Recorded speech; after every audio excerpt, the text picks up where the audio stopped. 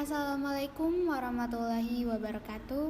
Kami dari kelompok 4 kelas PPKN RI akan menjelaskan tentang topik dinamika Pancasila sebagai sistem filsafat di era Orde Lama, Orde Baru, dan Reformasi. Anggota kami beranggotakan Alfred Yansah, Afifah Rahmadianti Arma, Ayyedela Lazuardi, Davalio, Dimas Rukmana, Fitri Haryanti Rukmana, Putri Setrianingrum, Tasya Diera Zulfiandi, dan Yohana Esteria. Baiklah, langsung saja ke bahasan materi. Pancasila sebagai filsafat. Filsafat sendiri itu adalah ilmu tentang kehidupan dan pemikiran manusia secara kritis dan dijabarkan dalam konsep mendasar. Pancasila dikatakan sebagai filsafat. Kenapa Pancasila sebagai sistem filsafat? Karena Pancasila merupakan hasil perenungan jiwa kemanusiaan yang dituangkan dalam sistem yang tepat.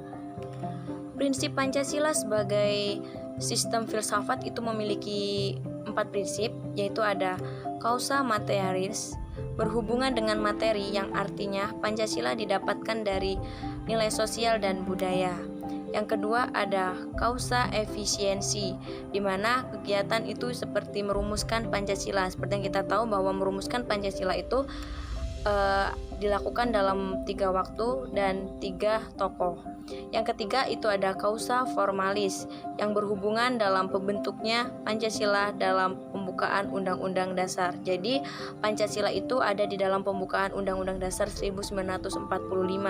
Yang keempat ada causa finalis, yang tujuannya untuk dijadikan sebagai dasar negara. Jadi Pancasila itu diajukan sebagai dasar negara. Selanjutnya yaitu prinsip-prinsip filsafat Pancasila. Jika ditinjau menurut Aristoteles, terbagi menjadi 4, yaitu pertama, causa materialis yang berhubungan dengan materi, yang artinya Pancasila didapatkan dari nilai sosial dan budaya. Yang kedua yaitu causa efisiensi, yang merupakan kegiatan merumuskan Pancasila, seperti kegiatan BPUPKI dan PPKI dalam menyusun dan merumuskan Pancasila sebagai dasar negara. Yang ketiga yaitu causa formalis, yang berhubungan dalam bentuknya, di mana Pancasila ada dalam pembukaan Undang-Undang Dasar 1945. Dan yang terakhir yaitu causa finalis, yang berhubungan dengan tujuan, di mana tujuan diajukan Pancasila sebagai dasar negara. Selanjutnya ada 3 teori Pancasila sebagai filsafat. Teori pertama yaitu ontologis, yang merupakan cara untuk mengetahui hakikat dasar dari sila-sila Pancasila. Menurut Noto Narogo, hakikat dasar ontologis Pancasila adalah manusia, dikarenakan manusia merupakan subjek hukum pokok sila-sila Pancasila. Yang kedua yaitu teori epistemologi, cara untuk mencari hakikat Pancasila sebagai sistem pengetahuan Pancasila, di mana kajian epistemologi Pancasila ini tidak bisa dipisahkan dengan dasar ontologisnya. Oleh karena itu, dasar epistemologi Pancasila sangat berkaitan dengan konsep dasar hakikat tentang manusia. Yang ketiga yaitu teori aksiologi, yang membahas tentang nilai manfaat suatu pengetahuan Pancasila. Saya akan menjelaskan tentang Orde Lama. Pada masa Orde Lama, yaitu pada masa kekuasaan Presiden Soekarno, Pancasila mengalami ideologisasi. Artinya, Pancasila berusaha untuk dijadikan sebagai keyakinan dan kepribadian bangsa Indonesia. Presiden Soekarno menyampaikan bahwa ideologi Pancasila berangkat dari mitologi yang belum jelas, bahwa Pancasila itu dapat mengantarkan bangsa Indonesia ke arah kesejahteraan. Ada prinsip Orde Lama yaitu 1. Pasca kemerdekaan tahun 1945 sampai 1950, pada Orde Lama terjadi perubahan sistem pemerintahan dari presidensial menjadi sistem parlementer. Kedua, demokrasi liberal pada tahun 1950 sampai 1959. Pada periode Orde Lama ini disebut masa demokrasi liberal karena menggunakan prinsip-prinsip liberal dalam politik dan sistem ekonominya. Ketiga, demokrasi terpimpin pada tahun 1959 sampai 1968. Demokrasi terpimpin adalah hasil dari keluarnya Dekret Presiden 1959, dan sistem ekonomi Indonesia juga menjurus pada sistem yang segalanya diatur oleh pemerintah atau disebut sebagai etatisme. Contoh penyimpangan Orde Lama yaitu 1. Adanya penyimpangan ideologi yaitu penerapan nasionalis, agama, dan komunis. 2. MPRS mengangkat Insinyur Soekarno sebagai presiden seumur hidup. 3. Adanya jabatan rangkap yaitu MPRS dan DPR dijadikan sebagai falsafah Pancasila pada masa Orde Baru. Pada masa ini, kedudukan Pancasila ditandai dengan keinginan untuk melaksanakan Pancasila serta Undang-Undang Dasar 1945 secara penuh dan konsekuen. Artinya, segala sikap dan perilaku masyarakat dalam praktiknya harus sesuai dengan nilai moral Pancasila dan Undang-Undang Dasar 1945 pada kehidupan sehari-hari baik dalam lingkungan masyarakat, keluarga, bangsa, dan negara, serta dilaksanakan secara terus-menerus. Penerapan nilai-nilai Pancasila dilaksanakan secara indoktrinatif dan birokratif. Artinya, orang yang diindoktrinasi diharapkan untuk tidak mempertanyakan atau secara kritis menguji doktrin yang telah diterima, sehingga tidak memungkinkan terjadinya perbedaan pendapat. Akibatnya, bukan nilai-nilai Pancasila yang meresap ke dalam kehidupan masyarakat, tetapi kemunafikan yang tumbuh subur. Pada prinsipnya, falsafah nilai-nilai Pancasila pada masa Orde Baru ini ditandai dengan tekad untuk menciptakan negara Indonesia yang mengabdi kepada rakyat serta meletakkan nilai-nilai Pancasila dan Undang-Undang Dasar 1945 sebagai dasar dalam pengambilan segala keputusan. Pancasila yang berisi nilai-nilai luhur tersebut dikemas dalam bentuk pendidikan P4 atau PMP, pendidikan moral Pancasila. Akan tetapi, pendidikan yang bersifat doktriner tersebut tidak disertai dengan keteladanan dari pemimpin dan pejabat-pejabat pemerintahan, ditandai dengan maraknya praktik korupsi, kolusi, dan nepotisme. Hal tersebut tentunya mengecewakan serta merugikan masyarakat sehingga masyarakat tidak lagi percaya terhadap nilai-nilai Pancasila. Masyarakat justru menganggap Pancasila sebagai omong kosong belaka, dikarenakan banyaknya penyimpangan-penyimpangan yang terjadi pada masa pemerintahan Orde Baru. Nah, penyimpangan-penyimpangan tersebut diantaranya yaitu segala kebijakan yang dibuat berlindung di balik fungsi pokok Pancasila, sehingga siapapun yang menentang kebijakan dianggap menentang Pancasila. Yang kedua yaitu Soeharto hanya mempercayai orang-orang terdekatnya untuk menguasai perusahaan-perusahaan besar negara, sehingga pengelolaan sumber daya alam menjadi ajang praktik korupsi. Yang ketiga, Presiden Soeharto memimpin negara secara keotoriteran, padahal Indonesia merupakan negara demokrasi. Yang keempat, Pancasila dijadikan sebagai alat untuk menguasai rakyat, sehingga pada pemerintahan Orde Baru, pemerintah dapat melegitimasi kelanggengan masa jabatannya. Selanjutnya yaitu diterapkannya demokrasi sentralistik atau demokrasi yang berpusat kepada pemerintah. Lembaga legislatif, eksekutif, dan yudikatif dipegang oleh presiden, sehingga secara keseluruhan pemerintahan berpusat kepada Reformasi. Pada era reformasi, Pancasila banyak diselewengkan dan dianggap sebagai bagian dari pengalaman buruk di masa lalu, dan bahkan ikut disalahkan menjadi penyebab kehancuran. Eksistensi dan peranan Pancasila dalam reformasi pun dipertanyakan. Banyak saat ini yang melupakan dan tidak berpikir bahwa Pancasila adalah falsafah bangsa Indonesia dan mulai hidup dengan prinsip serta keinginan masing-masing individu. Adapun prinsip-prinsip dalam reformasi ini yaitu pertama, nilai-nilai Pancasila bagi bangsa Indonesia sebagai dasar pemikiran, penilaian kritis, serta hasil refleksi filosofis bangsa Indonesia. Yang kedua, nilai-nilai Pancasila sebagai filsafat atau pandangan hidup bangsa Indonesia yang menjadi jati diri bangsa, yang diyakini sebagai sumber nilai atas kebenaran, kebaikan, keadilan, dan kebijaksanaan dalam kehidupan berbangsa dan bernegara. Yang ketiga, nilai-nilai Pancasila memiliki nilai kebenaran, keadilan, kebaikan, kebijaksanaan etis, estetis, dan nilai religius yang tujuannya sesuai dengan budi nurani bangsa Indonesia karena bersumber pada kepribadian bangsa. Penyimpangan pada masa reformasi saat ini adalah yaitu para pejabat negara yang melakukan korupsi sudah tidak malu lagi kepada rakyat dan tidak tahu batasan keadilan serta dosa yang mereka perbuat. Mereka justru merasa bangga. Selanjutnya, setiap sistem filsafat Pancasila memiliki kelebihan dan kekurangan pada setiap periodenya. Pada Orde Lama memiliki kelebihan. Pertama, Indonesia berhasil merebut kemerdekaan. Yang kedua, Indonesia berhasil mempertahankan kemerdekaan.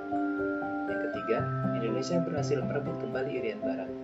Yang keempat, dilakukannya pemilihan umum untuk pertama kalinya. Tetapi terdapat kekurangan, yaitu banyaknya terjadi pemberontakan. Kedua, seringnya terjadi pergantian kabinet. Yang ketiga, terjadinya krisis ekonomi. Yang keempat, munculnya gerakan G30S PKI yang sangat merugikan bangsa Indonesia. Yang kelima, era demokrasi terpimpin, yaitu kolaborasi antara pemerintahan PKI dan kaum nasionalis. Selanjutnya, ada periode reformasi, memiliki kelebihan. Pertama, kebebasan berbicara dan berpendapat. Kedua, berantasan korupsi. Kelima, menjamin stabilitas politik. Keempat, demokrasi lebih terbuka. Yang kelima, jumlah partai politik tidak dibatasi. Tapi terdapat kekurangan. Pertama, banyaknya masyarakat yang salah tafsir tentang reformasi. Kedua, masyarakat terlalu bebas. Tiga, gagalkannya program-program pemerintah secara konseptual cukup baik. Empat, banyaknya pemaksaan yang dilakukan oleh pihak tertentu. Dan yang kelima, adanya pengetahuan tentang politik.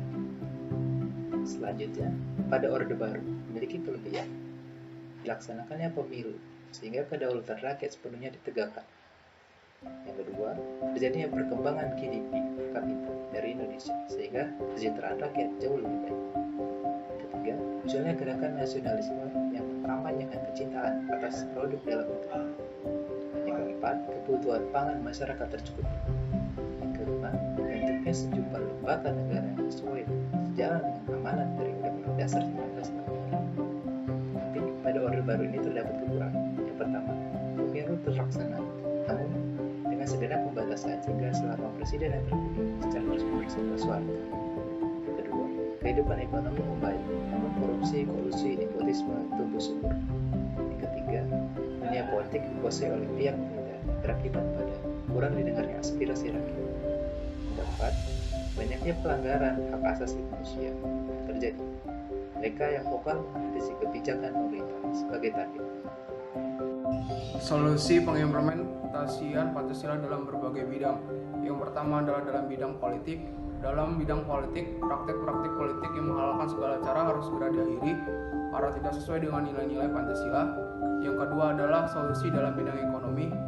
Dalam bidang ekonomi, pembangunan dan pengembangan harus sesuai dengan nilai-nilai Pancasila yang menitik beratkan kepada ekonomi kerakyatan dengan berdasarkan kekeluargaan. Selanjutnya adalah solusi dalam bidang sosial dan budaya. Dalam bidang sosial dan budaya, masyarakat Indonesia harus dituntut sebagai masyarakat yang berbudaya sesuai dengan nilai cita luhur bangsa Indonesia dengan berasaskan kekeluargaan serta gotong royong. Selanjutnya adalah dalam bidang keamanan dan ketahanan negara. Dalam bidang keamanan dan ketahanan negara, basis moralitas masyarakat yang baik dan benar harus dikedepankan sesuai dengan ajaran nilai-nilai Pancasila. Karena dengan menerapkan nilai-nilai Pancasila akan terciptai masyarakat yang aman, tentram, dan damai. Ada beberapa tantangan atau permasalahan terhadap Pancasila sebagai sistem filsafat. Yang pertama yaitu kapitalisme. Bentuk tantangan kapitalisme seperti kebebasan individual secara berlebihan yang akan menimbulkan dampak yang negatif seperti monopoli dan gaya hidup yang konsumerisme. Yang kedua ada komunisme. Bentuk tantangan komunisme sendiri yaitu yang dimana dominasi negara secara berlebihan akan menghilangkan peran rakyat secara perlahan sebagai kehidupan bernegara. Di bidang ideologi ada contohnya seperti paham radikal dan ancaman ekstremisme. Kemudian yang kedua di bidang politik seperti permasalahan pemilu dan pejabat negara yang terjerat korupsi. Di bidang ekonomi masih adanya kesenjangan yang masih tinggi.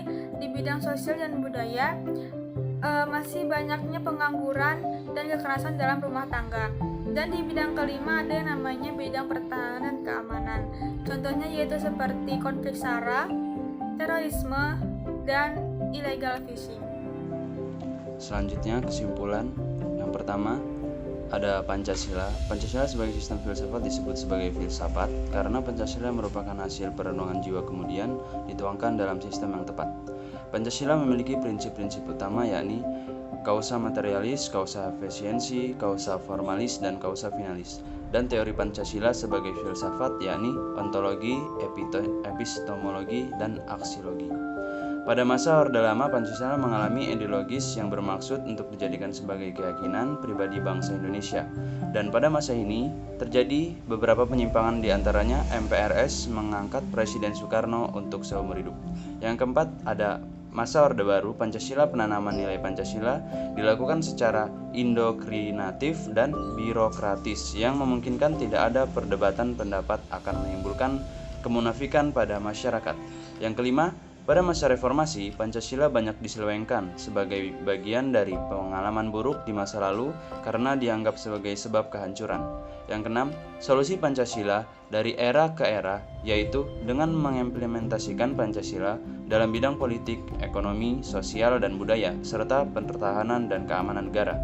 Yang ketujuh, tantangan yang dihadapi terhadap Pancasila yakni komunisme dan kapitalisme, diantaranya seperti ancaman ekstremisme, terorisme, dan paham radikal.